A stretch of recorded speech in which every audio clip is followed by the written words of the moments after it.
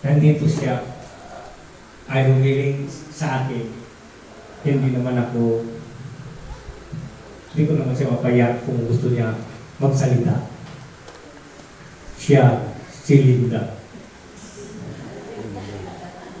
Linda, anong sasabihin mo at tumayo ka dito sa harapan ng templo? Huwag kang mahiya.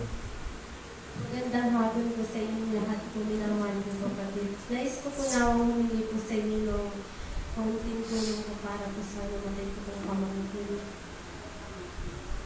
Sa 27 na po yung buhay niya.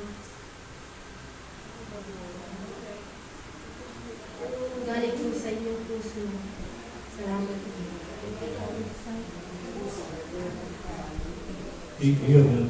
Yun ang hiniling niya. Pamangkin. Ito lang pong 19 namatay po. Na-aksidente po sila ng papa niya po. Lasing po yung bayaw po nun.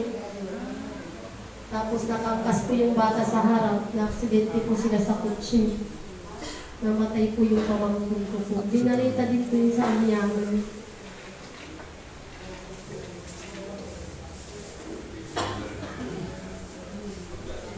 Yun ang hiwingi ng tulong sa inyo. Nasa inyo lang kusang loob. Kung gusto tumulong, ay tumulong kayo. Kung wala, okay lang. Basta importante ay nasabi niya.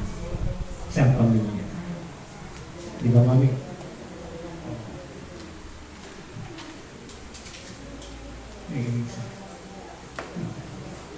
Nawala ang mensahe ko, ay naunahan ako.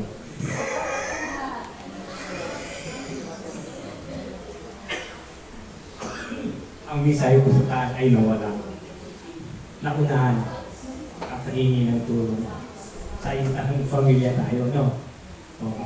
Imbis may dumating ang mensahe, ay nawala, ay napustpon. Oo. Dahil ito, ay nandito kayo, ito mahalaga kasi nandito tayo habang nagmimisa, habang nagdadasal. Kung kayo ay may sakit, mag-pray kayo habang nagdadasal, humiling kayo sa Diyos. Kung ano man yung nagawa ng kasalanan, humingi kayo ng tawad, ang Diyos na sa puso nyo. Kailangan at magsabi kayo ng totoo, tapat kayo sa sarili nyo. Dahil ang panahon natin ito, di natin malalaman. Dahil sabi ng sa ibang planeta, ano ang sabi nila? Anong sabi ng ang mundo natin ay ano sabi ng scientist? Magsalita ka, Mon. Magandang hapon po sa lahat. Sabi po ng mga scientist po, mga binalita, ang mundo daw po, mga 5 taon na lang po ang itatagal po nila. Yan po yung ano po ng may iba ng NASA. Yun lamang po. Mayroon din isang kaibigan natin ay nasa inano sa akin, inihadya ko. Nakita niya ang buhay. Tingnan mo yung Mon nandyan sa Facebook ko. Dahil ang sabi niya, Ama, baka malapit na ang mundo. Dahil pakiramdam ko, mayroon din siya parang sidekick. Parang sabi niya, parang malapit ang mundo. Ang tanong niya sa akin. Sabi ko naman, kung 5 taon yun, pagdating ng liwanag, hahanapin ang mga tunay na mga kasamahan. Ang tunay na mga kasamahan, yung mga taong marunong na magpatawad at marunong na makiawa sa kapwa niya. Dahil ang kailangan ng Ama at maglilinis na tayo. Kasi ito mga bato natin, bakit ako paipon ng bato? Sabi niya sa akin kanina, anak, yung mga bato yan ang isisilang ulit ang mundo pagdating ng oras ay maglilinis na. Dahil ang mundo talaga marumi na. Ang sabi ng Ama, iba na ang patakaran ng mundo. Marami na naniniwala sa akin at sila ng Diyos at sila na gumagawa ng kanilang desisyon. Wala na pagtulot sa akin. Lagi na sila na ang tama. Kung ito ay lilinisan ng mundo natin, ang kailangan naman, hanapin din ang mga taong malinis. Siya ang mga kasama natin. Maglinis na kayo, huwag kayong plastikan. Pagdating ng liwanag at hahanap tayo, sabi ng 5 years yun, baka iikot pagdating ng liwanag, iikutin, hanapin ang lahat sa buong mundo, ang mga kasamaan ay natitira pa ang malinis. Ang siya ay malinis, siya ang magbubukas ng Garden ng Eden. Ang Garden ng Eden ay dapat malinis. At kahit ng mga hayop, basta malinis siya, hindi siya gumawa ng kasamaan dahil hindi siya kumakagat. Basta ang bawat ng hayop dito ay malinis. Lahat, anuman ang malinis ay iaaktat ng Ama. Habang maaga pa maglinis na kayo. Walang plastikan nito. Oras plastik ka, hindi ka maiiwan ka. Dahil sabi mo, madali na ang panahon natin ngayon. Palit ng panahon natin ito. Dahil kawawa kayo, dapat kayo ay magpatotoo. Dahil ang tunay natin na pagkayamanan at ang anyo natin kailangan ay magbago. Kailangan malinis kayo. Dahil pagdating ng oras yun ay dapat tayo ay nakahanda na at patungo sa Kanya. Hindi nyo alam kung templo natin, puno tayo ng bato. Ang bato yan, galing sa langit yan. Inihanda ko lang yan, binigay sa akin ng Ama. Pulutin mo yan, bilang araw, yan, magagamit mo yan. Gumagawa lang kami ng ordinaryong bato yan. Ang kalooban yan, pagdating ng may password yan, kung binigay ko ng password, ay sisilang, tunay na kagamitan yan. Wala man sino man makakuha ng bato yan, basta hindi inabot ko sa kanya. Dahil may kumuha, ay nagkasakit. Puso ang bato yan mahalaga. Ang kailangan natin at nandito tayo, at dapat tayo malinis. Ang sabi ng Ama, kung pagdating na gusto magkamot sila, kung kilala ninyo, magkikitayin ninyo sila dito. Bago ng alas 2 ay nandito na sila. Pag sila, huminig sila ng misa dito, yung dasal dito. Habang nagdadasal, at humingi kayo ng patawad kung may nakasala kayo sa Diyos.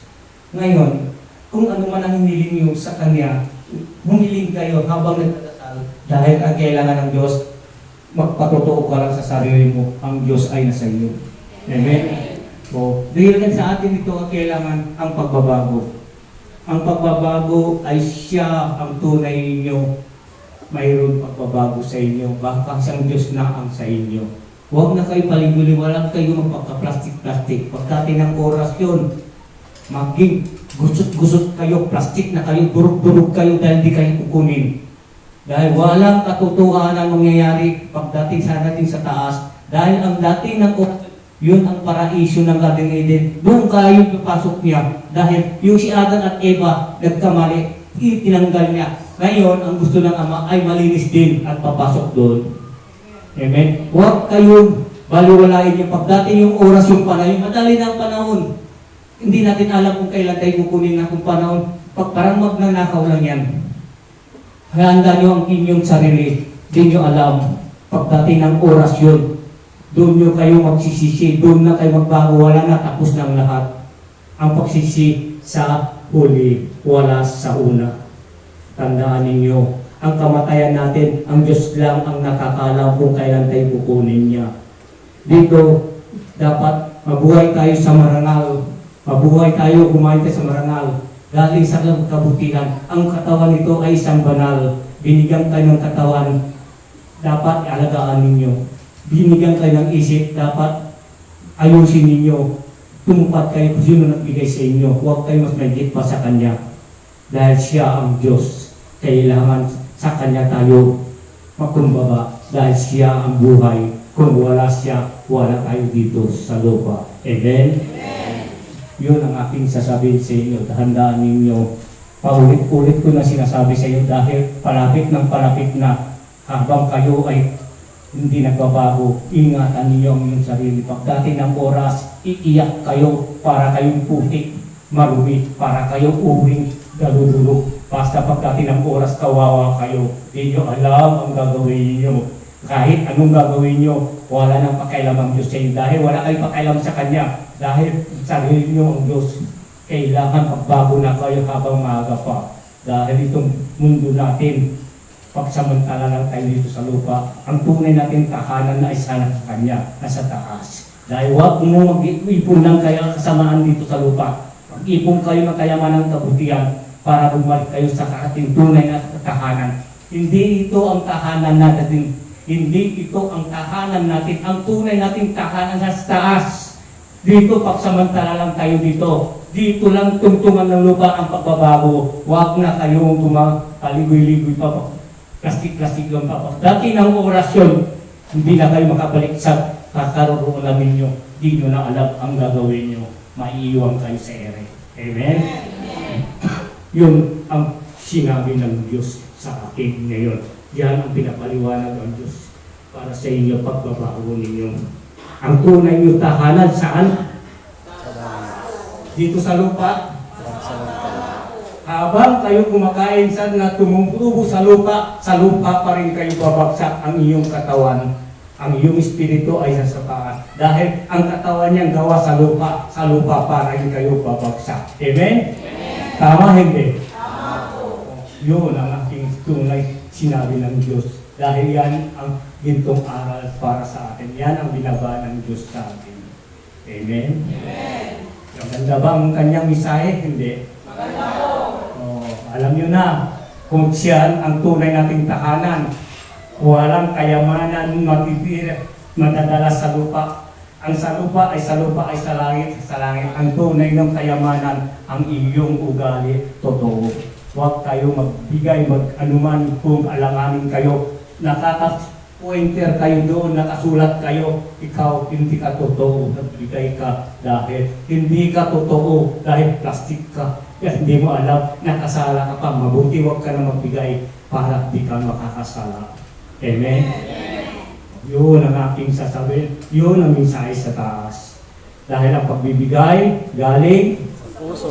So, humihingi ba sa inyo? Hindi.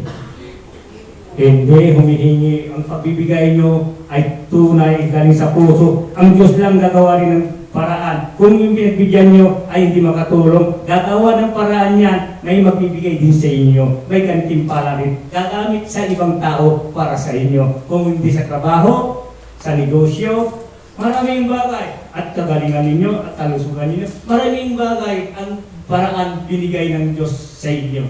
Amen? Amen! O, hindi nang sabi mo ang isang bagay at binigay mo at doon ka ay ihingi ng kapalit. No. Gagawa ng Diyos maraming paraan. Kung naka-opisina ka, iangat ka. Pagdating sa trabaho, iangat ka. Pagdating may sakit ka, tanggalin ang sakit mo dahil ikaw ay isang totoo. Basta importante, ang tunay ng iyong kaligtasan, ang iyong katotohanan ay totoo kayo. Pray to God. Siya ang tunay natin Diyos. Siya ang nagbigay ng mensahe ngayon dito. Isipin ninyo lahat ito na sinasabi sa akin dito sa templo ito. Galing sa langit ito, hindi lang ito sa lupa. Dahil ang gusto ng Ama, galing sa langit, ikalat sa lupa. Ibagsak sa lupa. Ang mga tao ay gusto kuminig, kung ayaw. Umalis, sabi ng Ama, dahil wala akong panahon sa iyo. Ang panahon lang at sino man ang gusto kuminig sa akin, yun ang gusto ko, ang panahon na sa Kanya. Kung tao ay hindi kuminig sa akin, wala rin akong panahon sa Kanya, pwede siya umalis. Amen? Amen. O, yun lang ang aking sasabihin. Pwede ba sa inyong lahat ay tunay na pagmamahal ba ang inyong bawat isa sa atin, ang inyong kalooban niya? Kayo ba dito? Tanggap mo ba tayo lahat ba ay pamilya? Opo. Ang pamilya, siya sagana pagmamahal. Mahirap kung isa ka lang, dalawa ka lang, tatlo ka lang magpamilya. Kailangan lahat tayo, buong pamilya, isa ang tinatawag natin, si Lord. Si Lord ang dakila nating Ama. Anak tayo ng Diyos. Anak tayo ng Panginoon. Kailangan tayo ay magkakaisa. Amen?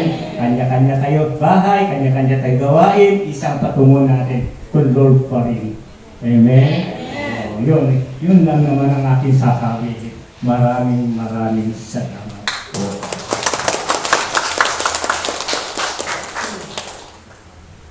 Yes. Ano sinabi? Wala. Ano yung namin nabasa? May kasi sinabi ng Ama.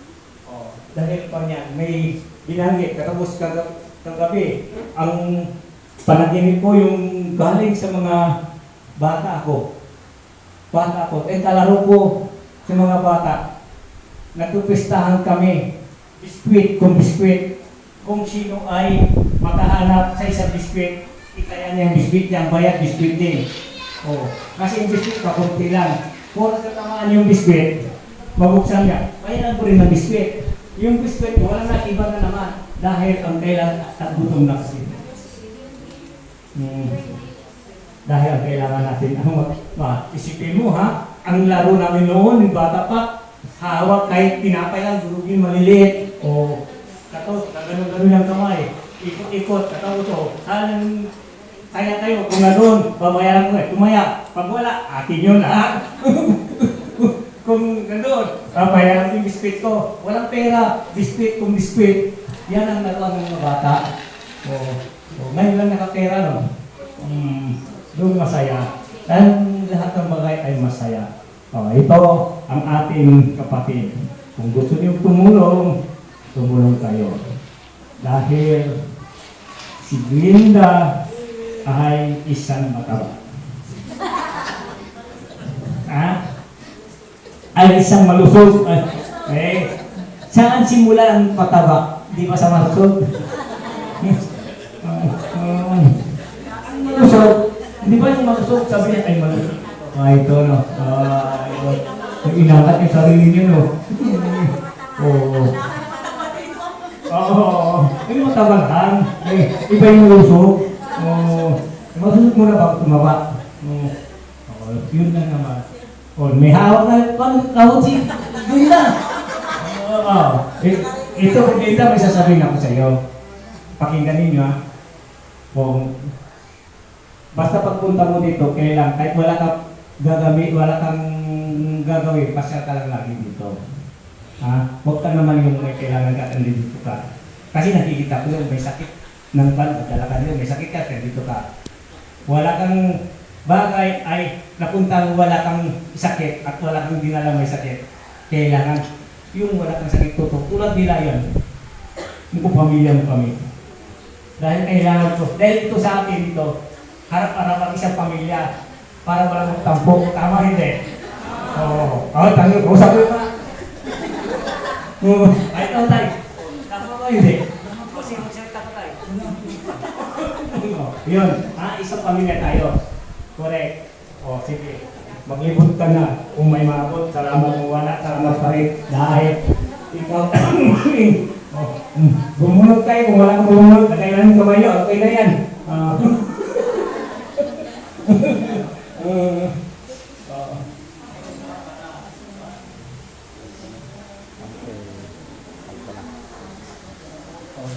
Yung may sakit, lumapit dito.